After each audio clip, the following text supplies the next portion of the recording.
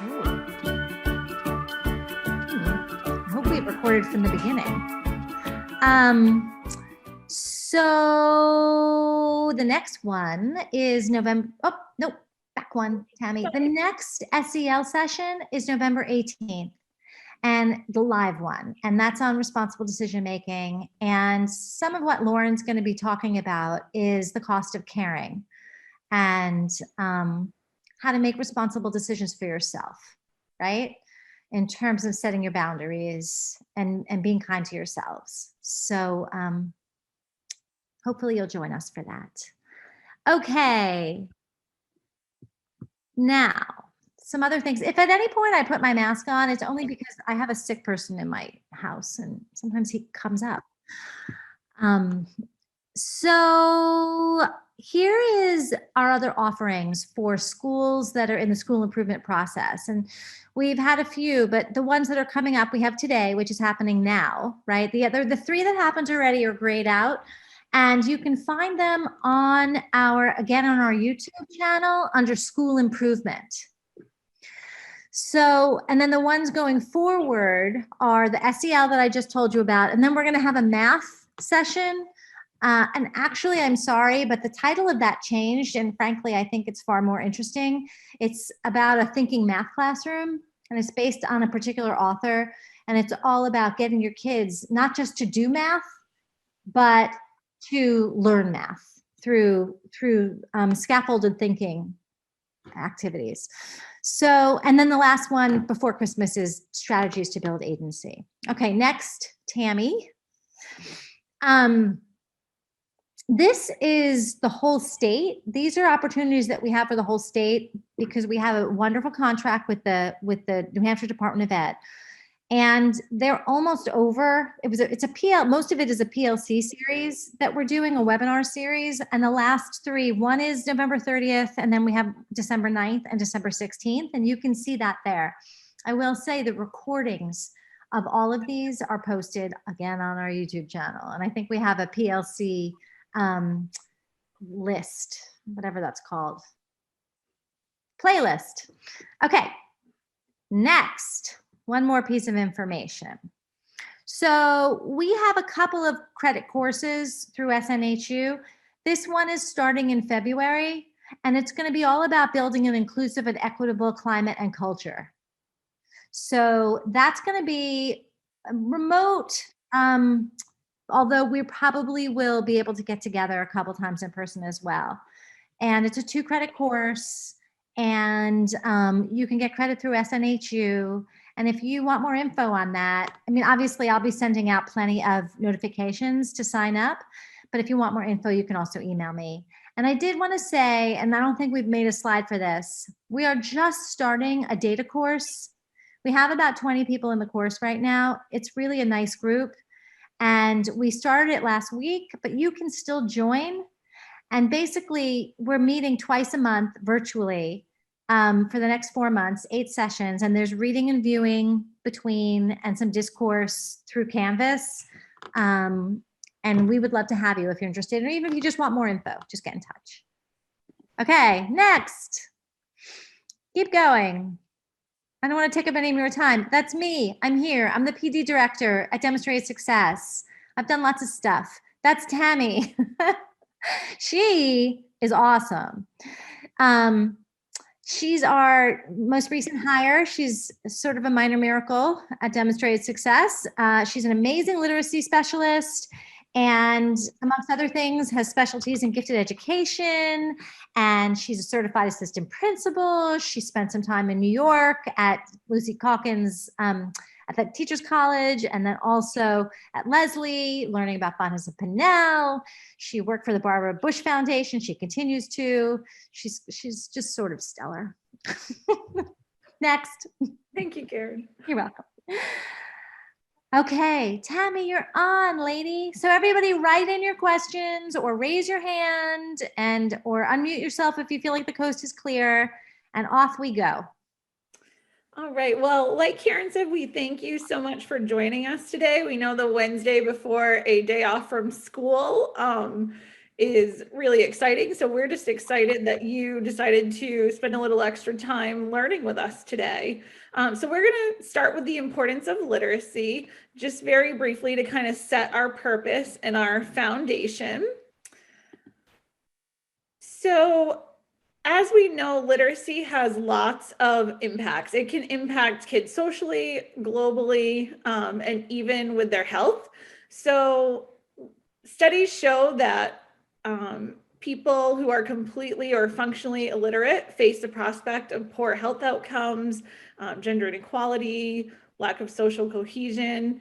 It also shows that people with low literacy levels are more likely to experience adverse health outcomes or have poor health behaviors. And currently there are 5.5 million more girls that are out of school than boys, which is widening that gender gap. So this is just leading to a cycle of disadvantage through the generations.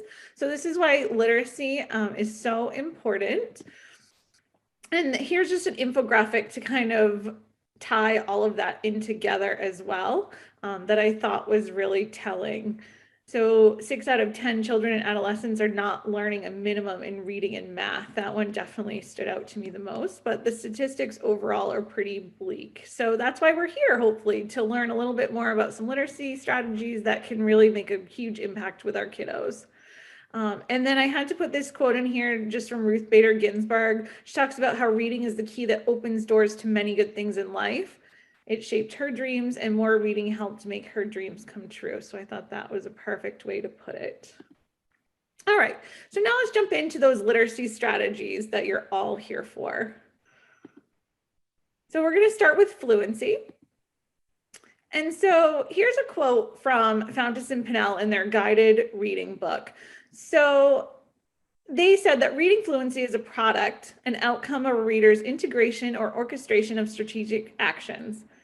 It's much more than automatic word recognition, although that's one contributor, but it's also a process. Reading fluency itself fuels the reading system because it enables the reader to make maximum use of all the information he has, oral language structure and meaning, knowledge of the visual features or words, and understanding of the story or information book that is being processed.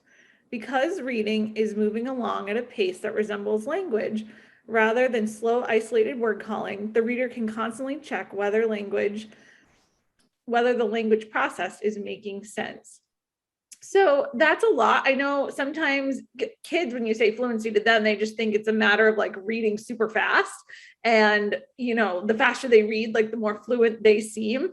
But we know it's about much more than that. So that's a huge quote. We're going to give you just a second to sort of digest that, maybe reread it on your own. And in the chat box, we'd love if you could put some quick responses or reactions to this quote. And we just gave you some things to think about here. You know, what does this make you think more about? Do you agree or disagree with it? Why? What resonates with you? You don't have to answer those like all in systematic question format, but those are just some things to think about. So go ahead and take a few minutes and put some thoughts in the chat with this. We're trying to make it as interactive as possible for you.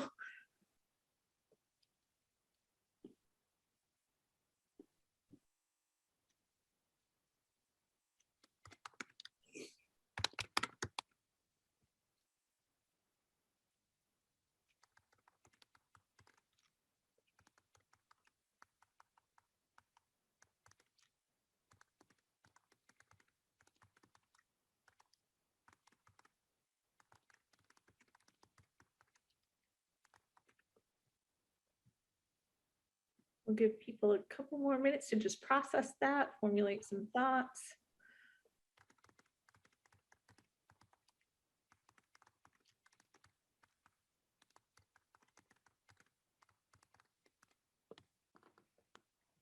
Okay, so I see some students believe that if they can read fast, they are good readers. It makes me think about how hard it is to comprehend when reading is not fluent. Megan wrote, I read aloud to my students and have them focus on the way I'm reading and how I sound as if I'm talking to someone. Then I challenge them to do the same. And then for Sarah, Sarah's a secondary teacher. And she says, I find a lot of kids struggle with fluency because they don't have the many components that are necessary beyond just saying the words out loud, like intonation, pausing, punctuation. Kim agrees. But then she says, we used to overemphasize fluency as the goal instead of using it, thinking about it as a predictor of comprehension. I think that's interesting. Great. Okay, lots of different thoughts. I love the balance between having a student be fluent, but then also take their time when they need to understand what they read. Based on reading fast. Yep. I like that it said it's more than just automatic word recognition. Reader's theater. Yeah, that's a great way to go, Molly. And then Carolyn. It's great when a student is reading and then pauses to check a photo or something that shows the student is truly comprehending. And Sarah's saying accuracy needs to be built before and during fluency. Thanks, everybody. Yeah, those are all really great. And I can say the participant that talked about the secondary kids, the older kids, I think I know I've taught both in elementary and secondary school. And I think that's a really great point. I think sometimes we forget that as students get older or move up in the grade levels, that fluency can still be an issue for them, which does impact their comprehension and their learning.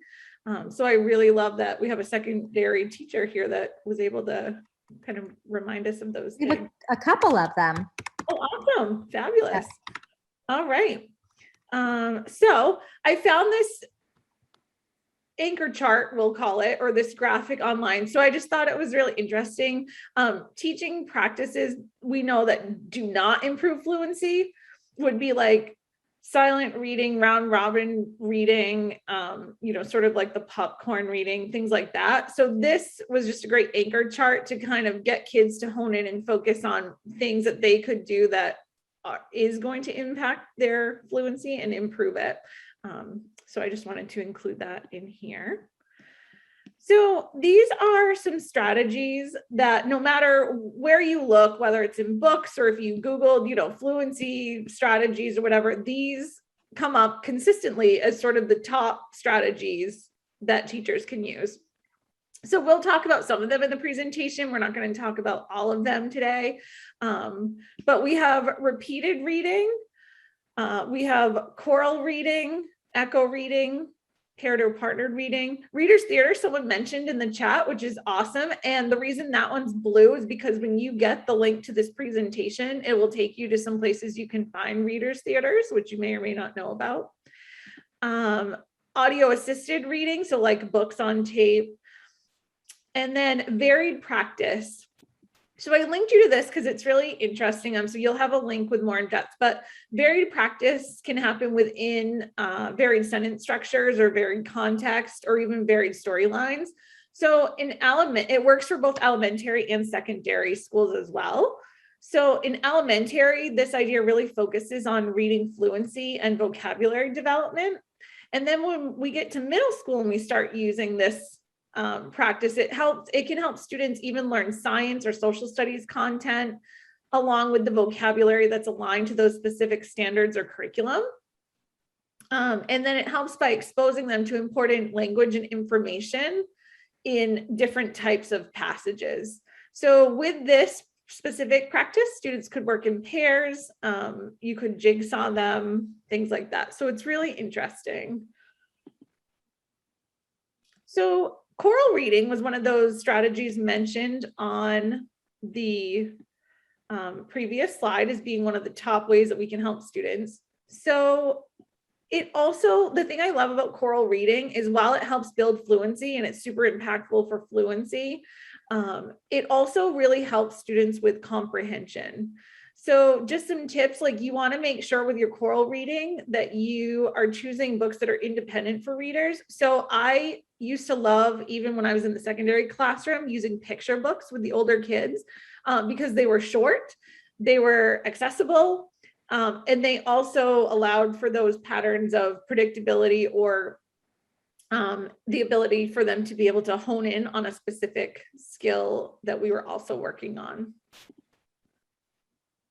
So with choral reading, when you get the link to the slide, you'll see an example of a choral reading practice being used in a classroom. But there's also this strategy called paintbrush reading, which goes along with this idea of choral reading that you could have kids do along with it to incorporate some kinesthetic movement. This is also great for older students. So I'm going to show you the video. It's super quick, like a minute and a half, and then I'll tell you some more ways that we could use it with the older kiddos too. So here we go. Paintbrush rereading of poetry. I'm going to use a paintbrush to reread a poem I've already read. In order to produce better fluency, I'm going to read in smooth brushstrokes along each sentence, pulling my paintbrush underneath each sentence so I have feedback on what nice smooth reading feels like in brushstrokes, nice long brushstrokes of phrases with good intonation and expression. Here we go. This is Bed in Summer by Robert Louis Stevenson. In winter, I get up at night and dress by yellow candlelight. In summer, quite the other way. I have to go to bed by day. I have to go to bed and see the birds still hopping on the tree, or hear the grown-up people's feet still going past me in the street. And does it not seem hard to you when all the sky is clear and blue, and I should like so much to play, to have to go to bed by day? All right, so that gives you a quick example of this idea of paintbrush reading.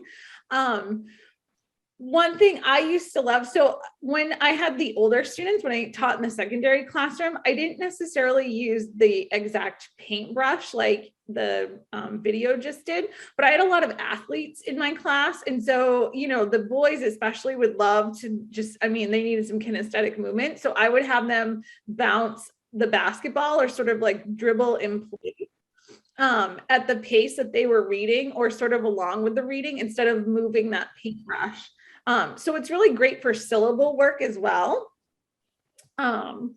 with students too. So just some fun creative ways. And then I've also linked you to a fluency planning guide and a way that, you know, you could do choral reading in science as well for you secondary teachers that are out there. All right. So then another one is phrased reading. So this is, again, you could use this with a poem. And I don't think, you know, curriculums have seemed to have gotten away from poetry, especially in the older grades. And so this is another one where you could just take a poem, cut it into strips, and then have the students read phrases one at a time. And again, it works for older kids, elementary students, doesn't matter. It's really great to kind of expose them to that content and then also help them build their fluency as well. Then there's another strategy called crazy professor reading. So this is really great. I don't know if anyone's heard of this, but it focuses on the whole brain. It also allows for differentiation. It gives kids a chance to work with reading partners.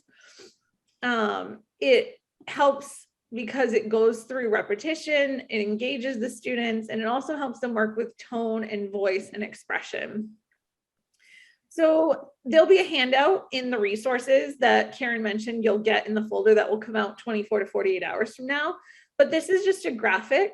So you go through and you basically have the kids read partner one and partner two. They each have a role. And each partner you go through and you direct them to sort of read in these different ways that you can see here.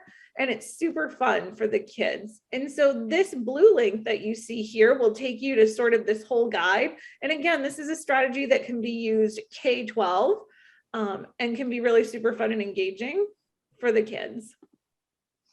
That's fun, Tammy. That looks fun. Oh, thank you. Did you connect them with any videos that show it happening? Are there any on? There's a ton online. So if you were to just Google crazy professor reading, if you went into like the video tab of Google, you would find a ton of videos. I didn't incorporate any in this slideshow just because I knew we only had 45 minutes or less of, 45 minutes to an hour. But there's definitely tons out there, and you'll get a sense of how it's done. And the kids, no matter what age they are, absolutely love it. So I would give it a try if you have not gotten to try it before. Super fun. So some other things you could do school-wide fluency challenges. And the reason these are great is because it gives kids like a purpose. Everybody's doing the same thing. It kind of builds that sense of community, and obviously offers an opportunity to practice reading as well.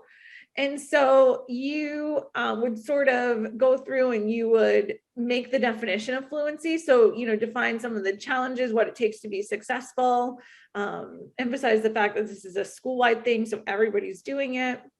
You would also want to model this. So even in, physical education class, for example, words could be put around the room and the kids could be practicing and saying them accurately as they run by. Every time they run by a section, they might have to say them. Or, you could, with the addition of punctuation, have kids read, depending on the grade level, it might be reading the alphabet with intonation, or giving them an opportunity to practice prosody. If kids finish lunch early, they could go to a fluency corner and grab a reader's theater and just practice while they wait for lunch to end, or, while they're in line for recess. Music class is also a great place to practice fluency, because we expect fluency when singing music, right? Singing the words. Then you would also want to identify what fluency looks like and feels like. So again, fluency is not just reading like we talked about in the beginning, but it's part of this whole reading process. And then you might set up informal assessment stations, using leveled passages, whisper phones, recording tools, different things like that, just to get everybody involved and keep the competition going. So those are just some ideas for that. I love the idea of using the recording tools. Kids, that's certainly a draw. Yes. And they love to compete with each other, right? Like older kids, younger kids, like kids just love to compete with one another. You could have, there's different houses or teams set up in your building. You could have it be competitive among the teams throughout the grade level or throughout the whole school, depending on the setup. So it could be really fun. And I love that you could also get those allied art teachers involved, so that kids can really understand that reading and fluency and all these different things are truly across everything, which would then help them to sort of synthesize and apply their skills as they get older across everywhere. And then here's just some other strategies. So again, we were just talking about having students record themselves, doing repeated reading, read to the walls, more readers' theaters mentioned in here.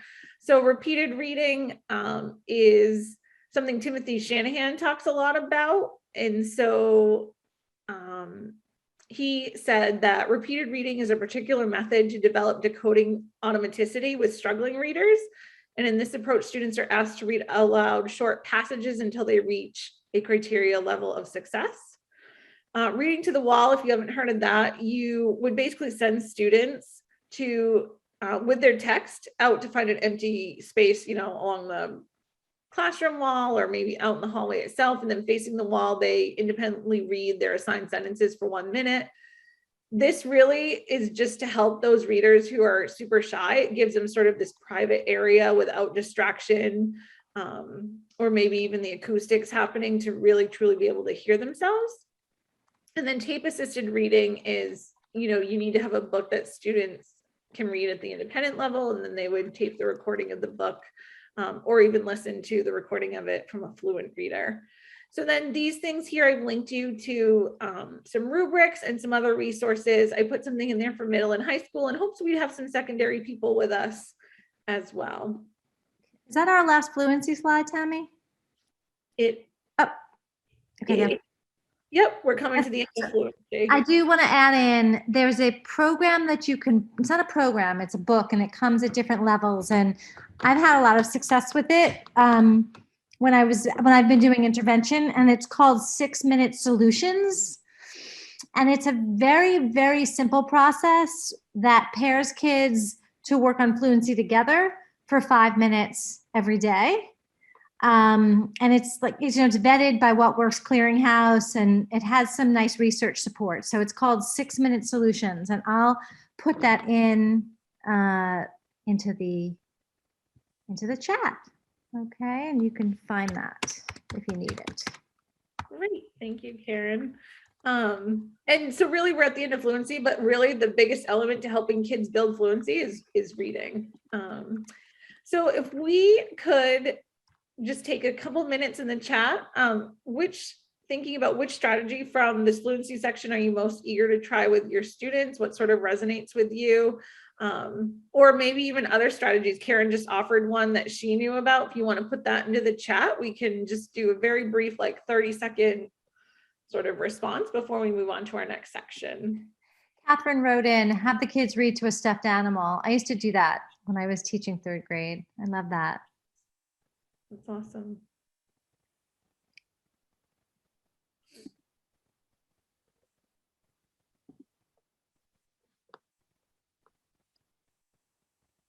Kristen wants to do Reader's Theater. I want to do The Crazy Professor. Is that what it's called? Yeah, The Crazy Professor. It's super fun. Okay. All right. Thanks, guys. So our next section is on vocabulary. So I just put this quote in here that it's really the opportunity to, give students the opportunity to unlock the door to comprehension. So here were some quotes from different people, just so we kind of all know who these people are. So W.B. Ellie that we see here, he was actually part of the Reading Hall of Fame. He's a member of that. He's also a researcher in literacy, and he's written numerous books. He's from New Zealand, so we don't hear his name as often as we do some other names here in the US, but he's definitely one to check out. Johnson O'Connor that you see listed there, he's most remembered as a pioneer in the study of aptitude testing, and he's been a huge advocate about the importance of vocabulary for kids. And then A. Draper and G. Moeller, they are researchers and neuroscientists who have done a lot of studying about the brain's ability to learn. And so they're very interesting. All right, so thinking about why vocabulary is so critical, I've listed some things here. Really, we know as educators that these skills should start at birth and into the years leading up to when a child turns 5 and goes to school, but we also know that doesn't always happen. So that's why it's really critical that as educators, we think about how to build vocabulary instruction into our daily time with students for all grade levels in all content areas. And these were just some quick facts. Some of them you've probably heard of before. So in terms of the first bullet, if they are reading for 20 minutes a day and getting that exposure to 1.8 million words a year, that also sort of equals out to about 137 new words per minute. The one about the families, the second bullet there, they're getting 121 hours of bonding time every year by following that, which is awesome. In the third bullet, thinking about 3rd grade reading scores being predictors of things, that this equals up to being about 3 out of every 5 prisoners in America are illiterate. And then the fourth bullet, thinking about their earnings. Basically, if you do the math with this, you're making about a $250,000 gift to a child from birth to age 5 if you read aloud to them just 20 minutes a day, which is huge. A lot of us would love to make $250,000 a year, right? And then the last one just kind of talks about, the importance of building those skills and keeping them from dropping out of school. I think that statistic's really funny because it depends what you're reading to them, Tammy.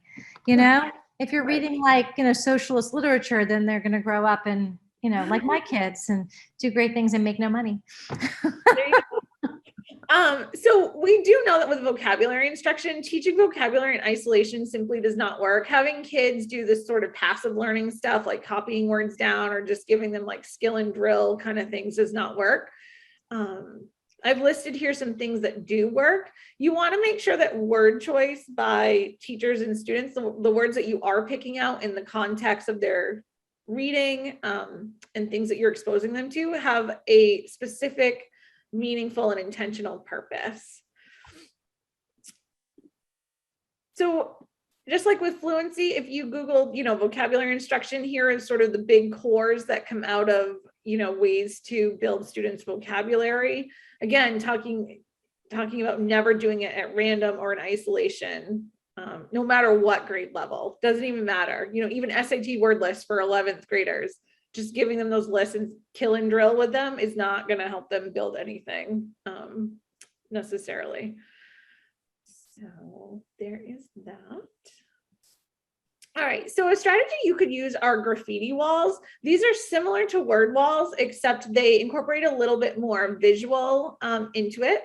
It's also been looked at by UDL. So I have an example here, just a quote from that. And then this is an example of what a student might do with a graffiti wall. So you can see there are both words and pictures.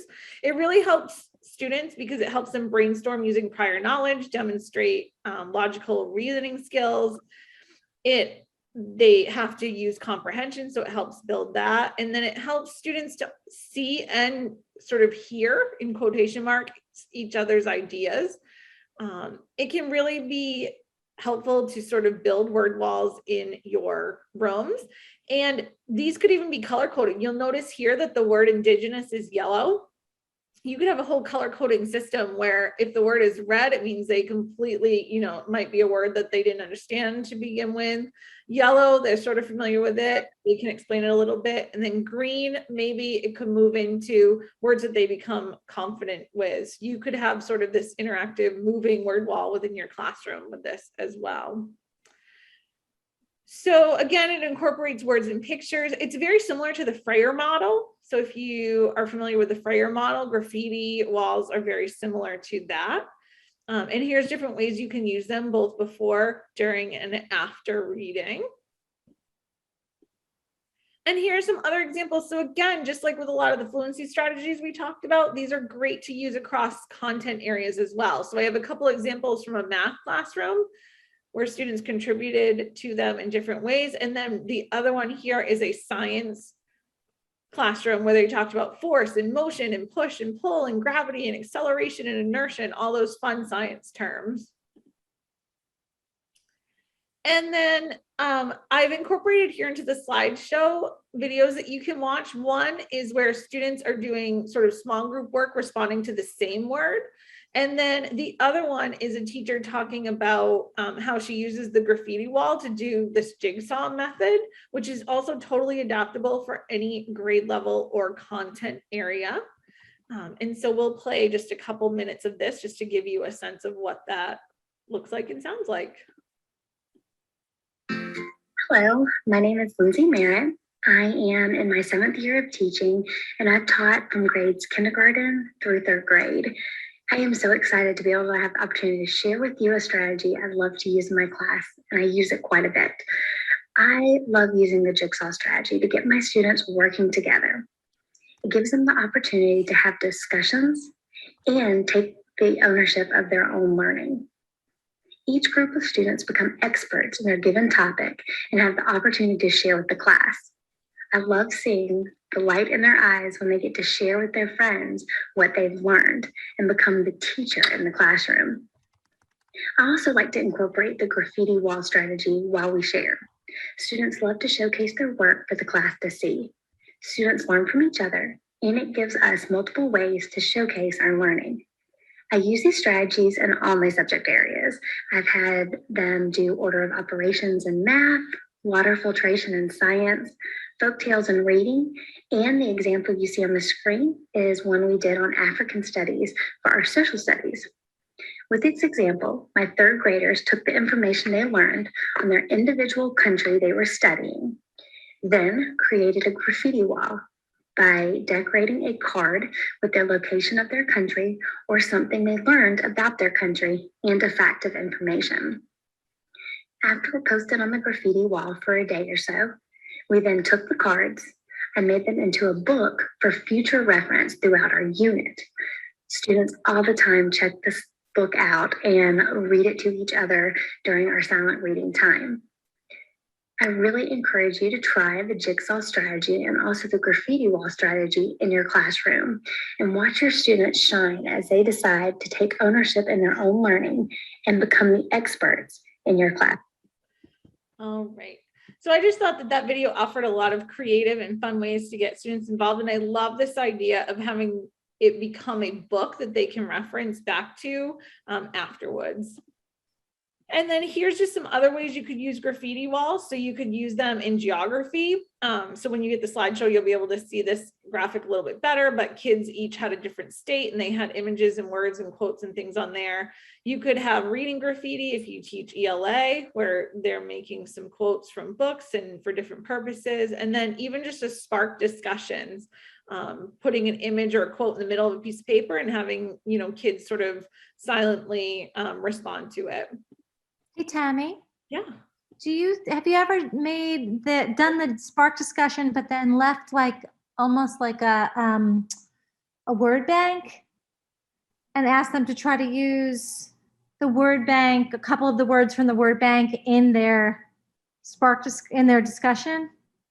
Yep, you could definitely do it that way. You could do it as a pre-reading activity where you have words that they're going to come across as they start a unit, and kind of writing down, you know, what thoughts or reactions they have to it. And then as you go through the unit, you know, and then even going back to it at the end, you know, has their thoughts on that concept or that term changed, things like that. So lots of ways to use it. The next one is word sorts. So there's lots of different reasons why we would use these. They help with spelling, they help with vocabulary, vowel sounds. They can be student or teacher centered, and it really helps students focus on essential parts of speech too, depending on how you use them. So this one, we know that teachers might introduce a list of words. They receive words, they can cut them apart. You might also cut them apart ahead of time, like especially if you work with younger kids where it takes them 25 minutes to cut strips of paper. You might consider just cutting them out for the children. And then there's different types of ways you could use it. You could have them do a basic sort where they're basing their sorts on patterns they notice or giving categories. In speed sorts, they might be competing individually or with a partner or small groups to sort words as quickly as possible. And then you could even do a blind sort where they might be working in pairs and one student has to read a word aloud and then the other chooses the place to put it. So just some fun, engaging ways with that. And then here's just some other ways that you could incorporate them or use them with students before, during, or after reading as well. And again, they can be incorporated whole groups, pairs, partners, whatever. They're a great way to use workstations in your classroom to just sort of reinforce skills or things like that as well. And you might think about different ways that you could make headings. What makes words different? What do they have in common? So on and so forth.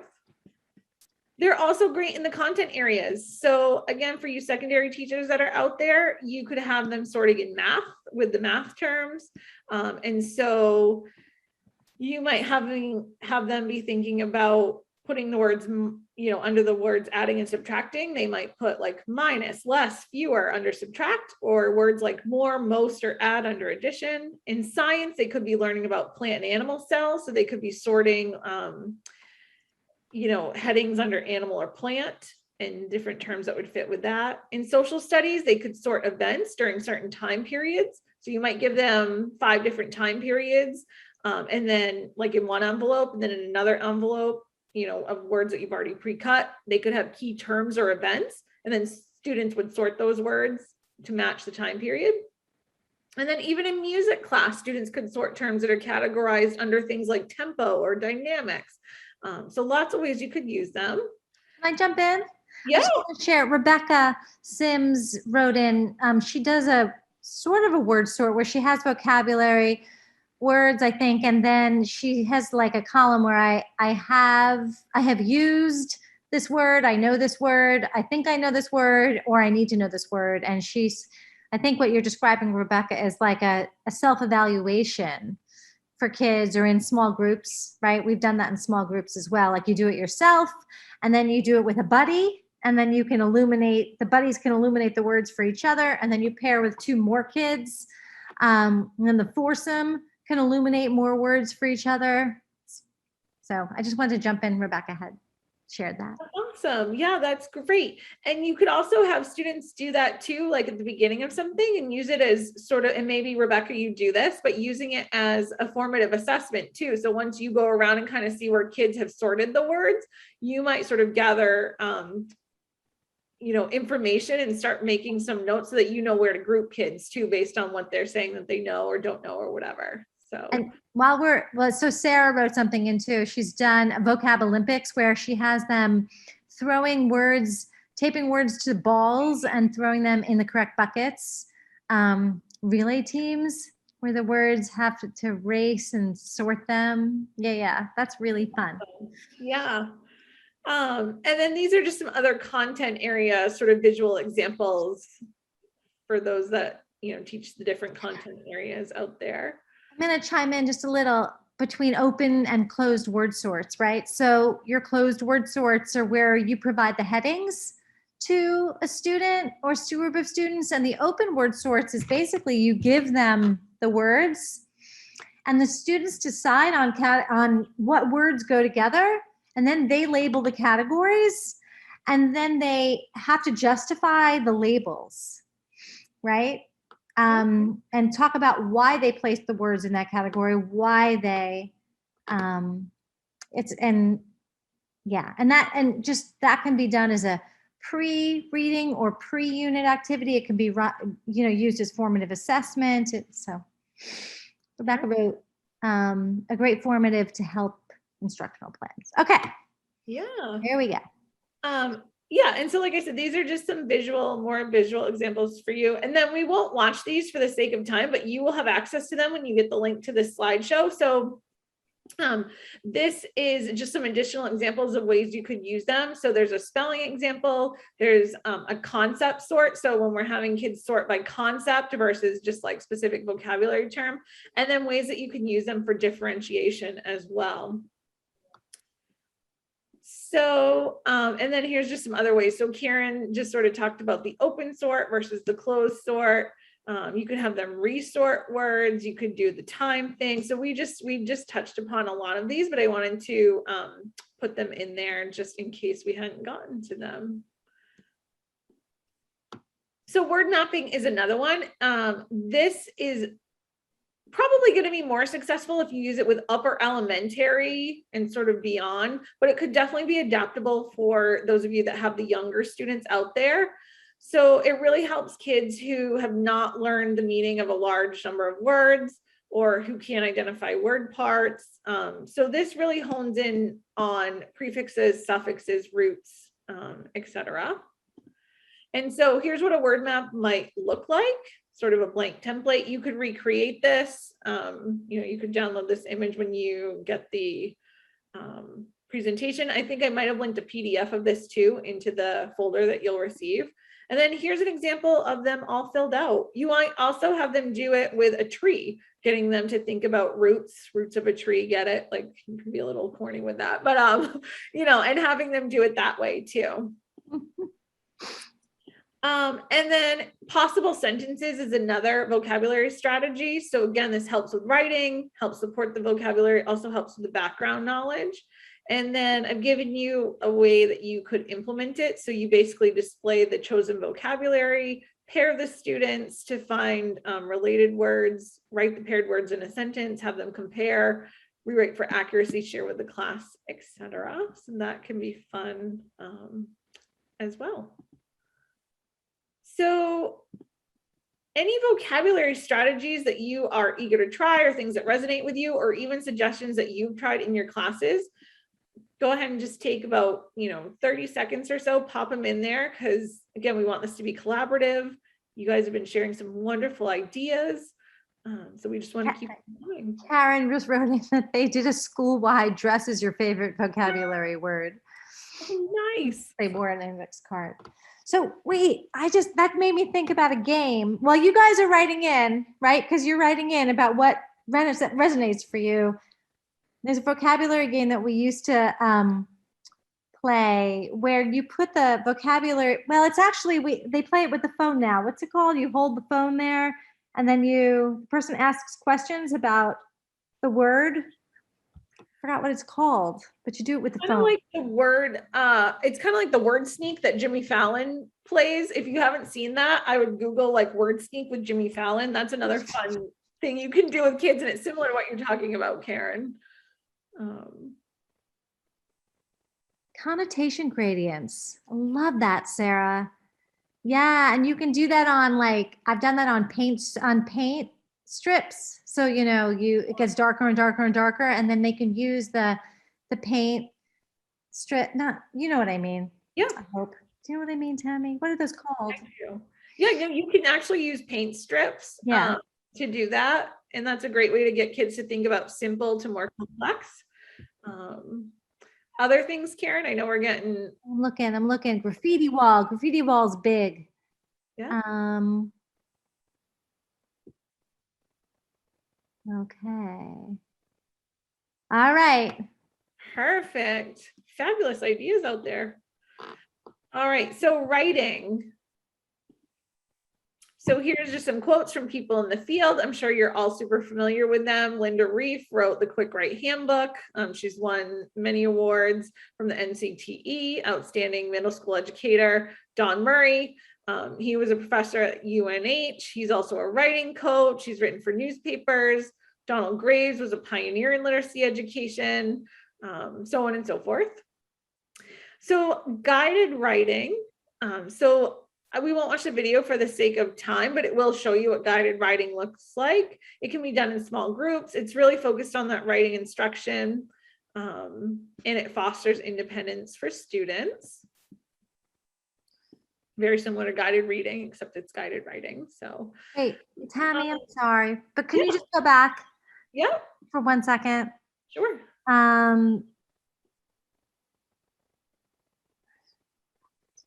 Okay, thanks. I just wanted to make sure that people had a chance to read the slide real quick. Oh, sure. Sorry. Okay. All right. So this one is called Respond, Reflect, Review. So this promotes peer editing, positive affirmation for students. This video is literally probably 60 seconds. So I'll just show you this really quickly so you can get more of a sense of what we're talking about. Using your desk as a whiteboard, answer questions, and then we'll start the rotations. The Respond, Reflect, Review protocol is an active engagement activity where students evaluate each other's work.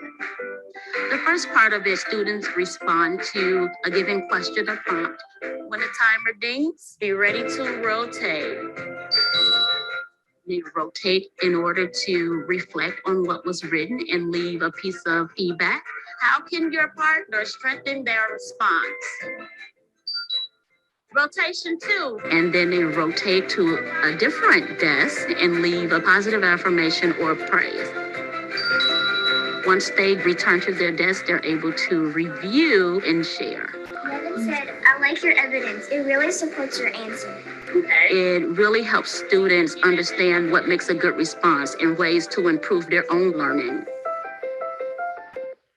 All right, so many of us don't have those really cool whiteboard desks. However, you could have students do this using Postits. I've done this after my students have gotten done writing essays too, where we just play classical music and the students go around and put Postits of affirmations and comments and things to kids. So it's just a really fun writing strategy. Again, adaptable for all grade levels and contents. Save the last word for me. Super fun game. Also allows for collaboration, listening. Students are, in pairs, thinking about, they could use images, questions, things like that.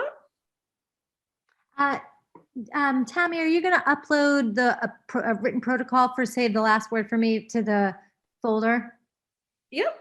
Right. So I forgot what it's called. Anyway, it's on the internet like crazy. Save the Last Word for Me. Yes. Yes, it is. Then you could do sentence starters. So here's some, ways sentence starters can help students. Gives them a variety of ways to begin sentences, improves thinking, improves transitions. It's also great for narrative stories. And so I've linked you to some different sentence starters here in the presentation. You could also use this idea of a Foursquare method. So like the Freyer model with vocabulary, this you could use this idea of 4 boxes for writing. And so you could adapt this across grade levels or contents. It really helps give kids sort of this visual. It's super easy to do. You could make a template, or you could just have them do it in a notebook of some sort. And it can be as simple or as complex as you like.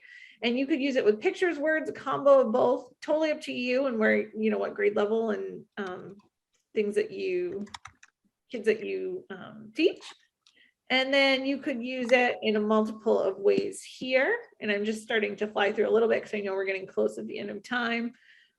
Here's an example of some ways that you could use them for different purposes. You could also use them in ELA to have them do a book review. So you might have the title of the book in the middle of the square, and then they could do like a beginning, middle, and end sort of response. Like, what did they like? What did they not like? Analyzing it a little bit more. For science, you could have the word volcanoes in the middle, and they could be talking about what are they? Where are they? How do they happen? And then reacting or writing a sentence about them. And then in math, you could have a question in the middle of the box there. And then you could have them go through and talk about the process, the information, the computation, the solution, etc. You might also consider using acronyms. As teachers, we love acronyms, right? So here's just some different acronyms that are out there that you may or may not be familiar with. And you can see for some of them, they're for informative. Others, like the scope, focuses on the grammar, the punctuation, things like that. So it's really dependent on what you want to use it with for students. It's fun to use the raft and assign different perspectives for the same content within a group of kids. Yeah. Yeah. And then, of course, I had to put something by Jen Saravello because she's written the Writing Strategies book. She's sort of one of the biggest gurus out there right now. And so here's some graphics from her book that I just wanted to incorporate. And then, Karen, has anyone put into the chat things that they have used?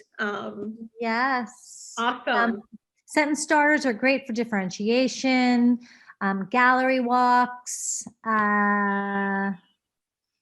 What else? That's what we have right now. But you guys feel free to put a couple in. The painted essay. Oh, that's a good one too. Yes. Can you tell us what that is real quick? Tammy. I mean, Margaret, if you want to unmute and tell us real quick, you're more than welcome, but Tammy seems to know too. Oh, well, I was just gonna, I haven't used it personally, but that's a great strategy that comes up over and over again. Okay. So many great ones out there. And Catherine's using Picturing Writing by Beth. I forgot Beth's last name, but we actually did some PR for her last year because I think her program is so wonderful. Olshansky, Beth Olshansky, Picturing Writing. And I encourage everybody to go to her site if you're interested. It's a beautiful way to teach writing.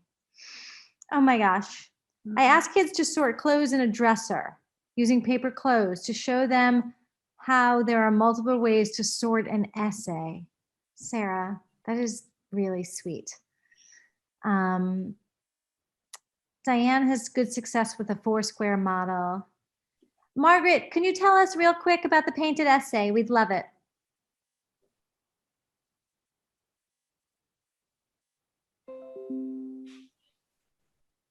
Are you there? I can put some things in the resource folder about it. I'll make a note. Because I know I have resources on it. I've just never used it specifically myself, so I don't want to pretend to be the expert on it. Good. That's good. And Margaret said she unmuted, but maybe it's not working. Okay. All right. So I know we're getting close to the end of time. I know it's just about time to go. It's Wednesday. You guys have tomorrow off, but there are some comprehension strategies in here. Hey, can I just jump in? If you feel that if you need to get off right now, just get off and don't beat yourself up. It's fine. We don't take anything personally. If you want to stay on for the next 5 minutes while we finish up, that's great too. So these are the top ones that come up when you Google, or not when you Google, but when you research or you are looking for things about reading comprehension strategies. And so the SQ3R, this is another acronym that we all love. Huge benefits to students. The biggest one being that it's really helpful with nonfiction reading textbooks, and it also gives kids multiple exposures to text. This one, the Think Aloud, tons of research on this. It's really going along with this idea of modeling and demonstrating for kids, really showing them how to think and then conceptualize across grade levels and contents. So here's some more benefits to it. I mean, the list could go on and on. We could do a whole thing just on Think Alouds. Here's some examples that you'll be able to watch. And I've linked you to some different lesson plans that use Think Alouds for all grade levels and contents across grades, basically K through 8. And then the 3 Reads protocol is really awesome. It's really great for math. It sets a purpose. It offers multiple exposures and analysis. So here's one example that you'll get to see. Here's another way you could use it. And then yet another way. And then here's a way that you could use it in math. This will give you a video example, quick, like 60-second video example of it. We won't watch it for the sake of time, but this is a specific math example. So you math teachers out there, if you are interested to see how this would work, this one's for you. And then Jen Saravello, again, she talks a lot about reading and writing strategies. I would be remiss if I didn't mention her in terms of comprehension too, and sort of building this hierarchy. So here's some things from her book on that as well. And then Karen, has anything come into the chat before we debrief and wrap up that really stands out? Margaret's going to send me a description of the painted essay, and then I can send it out to all of you. So that would be great. Fabulous. Rebecca put in this really sweet sort of organizational, a few more organizational sort of acronym styles. We're good. Great. But feel free, you guys, to write in real quick your favorite writing style. Yeah, and feel free too, while we're wrapping up, if you have any questions or things that you still want to throw out there, final thoughts, feel free. But if not, we want to thank you so much for joining us today. Our contact information is going to be on the next slide in the presentation. Like Karen said, you'll be sent an email within the next 24 to 48 hours that contains the link to this slideshow, all of those links from the slideshow, resources, the PD certificate, and also Karen's going to put a link to the Survey Monkey in the chat right now. We really do value your feedback. We do look at them and we truly do use them to change and be responsive to what you all are looking for in these presentations. So we would greatly appreciate it if you could just take some time to fill that out. And again, this is our contact information. So I'm Tammy, that's been Karen, who's been driving us. But we really do want to thank you so much for joining us on a Wednesday afternoon before you guys have the day off. So thank you so much.